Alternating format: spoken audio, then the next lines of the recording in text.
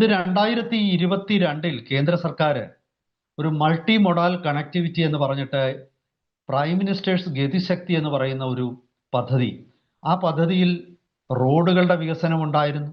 അതുപോലെ പിന്നെ സാഗർമാല എന്നൊരു പദ്ധതി നടപ്പാക്കി. അത് പിന്നെ പോർട്ടുകളുടെ വികസനമാണ്.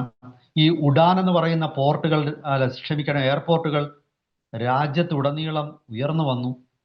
ഇതൊക്കെ കോടിക്കണക്കിന്, അതായത് ഗതിശക്തിക്ക് വേണ്ടി സർക്കാർ നീക്കി വച്ചിരുന്നത് 12 ലക്ഷം കോടിയോളം രൂപയാണ്.